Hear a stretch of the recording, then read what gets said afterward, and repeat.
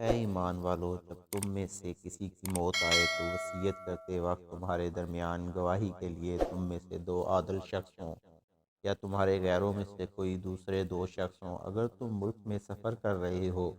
پھر اسی حال میں تمہیں موت کی مصیبت آ پہنچے، تو تم ان دونوں کو نماز کے بعد روک لو۔ اگر تمہیں ان پر شک گزرے تو وہ دونوں اللہ کی قسمیں کھائیں کہ ہم اس کے عوض کوئی قیمت حاصل نہیں کریں گے، خواہ کوئی کتنا ہی قرابت دار ہو، اور نہ ہم اللہ کے مقرر کردہ گواہی کو چھپائیں گے۔ اگر چھپائیں گے تو ہم اسی وقت گناہگاروں میں ہو جائیں گے۔ پھر اگر اس بات کی اطلاع ہو جائے کہ وہ دونوں صحیح گواہی چھپانے کے باعث گناہ کے سزاوار ہو گئے ہیں، تو ان کی جگہ دو اور گواہ وصیت کے حقداروں میں سے کھڑے ہو جائیں جو میت کے زیادہ قریبی ہوں۔ پھر وہ اللہ کی قسم کھائیں کہ بے شک ہماری گواہی ان دونوں کی گواہی سے زیادہ سچی ہے، اور ہم حق سے تجاوز نہیں کر رہے۔ اگر ایسا کریں گے تو ہم اسی وقت ظالموں میں سے ہو جائیں گے۔ یہ طریقہ اس بات سے قریب تر ہے کہ لوگ صحیح طور پر گواہی ادا کریں، یا اس بات سے خوف زدہ ہوں کہ غلط گواہی کی صورت میں ان کی قسموں کے بعد وہی قسمیں زیادہ قریبی ورثاء کی طرف لوٹائی جائیں گی۔ اور اللہ سے ڈرتے رہو اور اس کے احکام کو غور سے سنا کرو، اور اللہ نافرمان قوم کو ہدایت نہیں دیتا۔ اس دن سے ڈرو جس دن اللہ تمام رسولوں کو جمع فرمائے گا، پھر ان سے فرمائے گا کہ تمہیں تمہاری امتوں کی طرف سے دعوت دین کا کیا جواب دیا گیا تھا۔ وہ حضور الہی میں عرض کریں گے کہ ہمیں کچھ علم نہیں، بے شک تو ہی غیب کی سب باتوں کا خوب جاننے والا ہے۔ جب اللہ فرمائے گا اے عیسیٰ ابن مریم، تم اپنے اوپر اور اپنی والدہ پر میرا احسان یاد کرو، جب میں نے پاک روح جبرائیل کے ذریعے تمہیں تقویت بخشی اور تم گہوارے میں بطور تکلیت اور پختہ عمری میں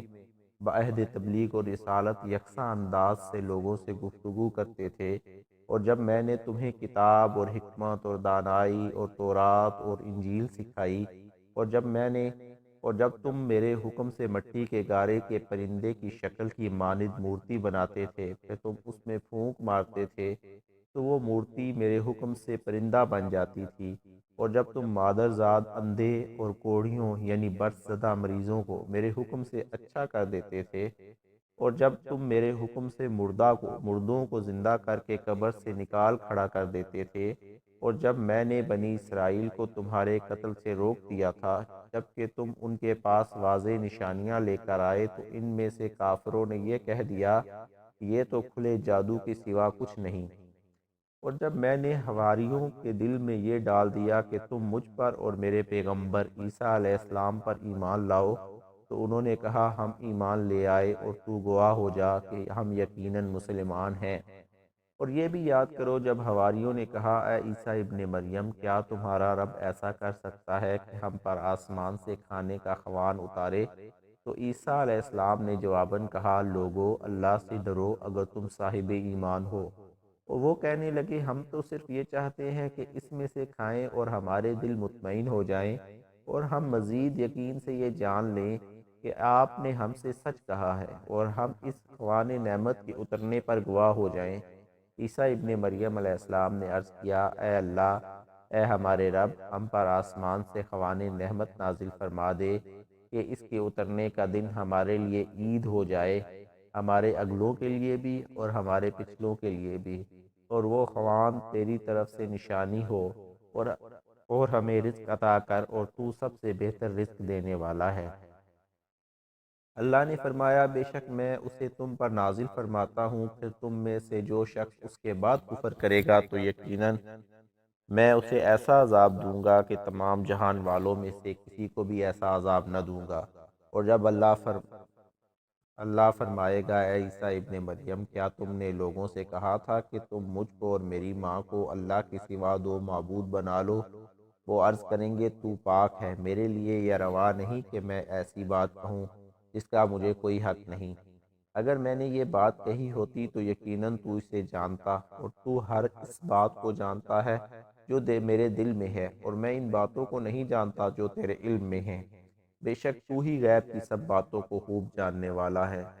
میں نے انہیں سوائے اس بات کے کچھ نہیں کہا تھا جس کا تو نے مجھے حکم دیا تھا، کہ تم صرف اللہ کی عبادت کیا کرو جو میرا بھی رب ہے اور تمہارا بھی رب ہے، اور میں ان کے عقائد اور اعمال پر اس وقت تک خبردار رہا جب تک میں ان لوگوں میں موجود رہا۔ پھر جب تو نے مجھے اٹھا لیا تو تو ہی ان کے حالات پر نگہبان تھا، اور تو ہر چیز پر گواہ ہے۔ اگر تو انہیں عذاب دے تو وہ تیرے ہی بندے ہیں، اور اگر تو انہیں بخش دے تو بے شک تو بڑا ہی غالب حکمت والا ہے۔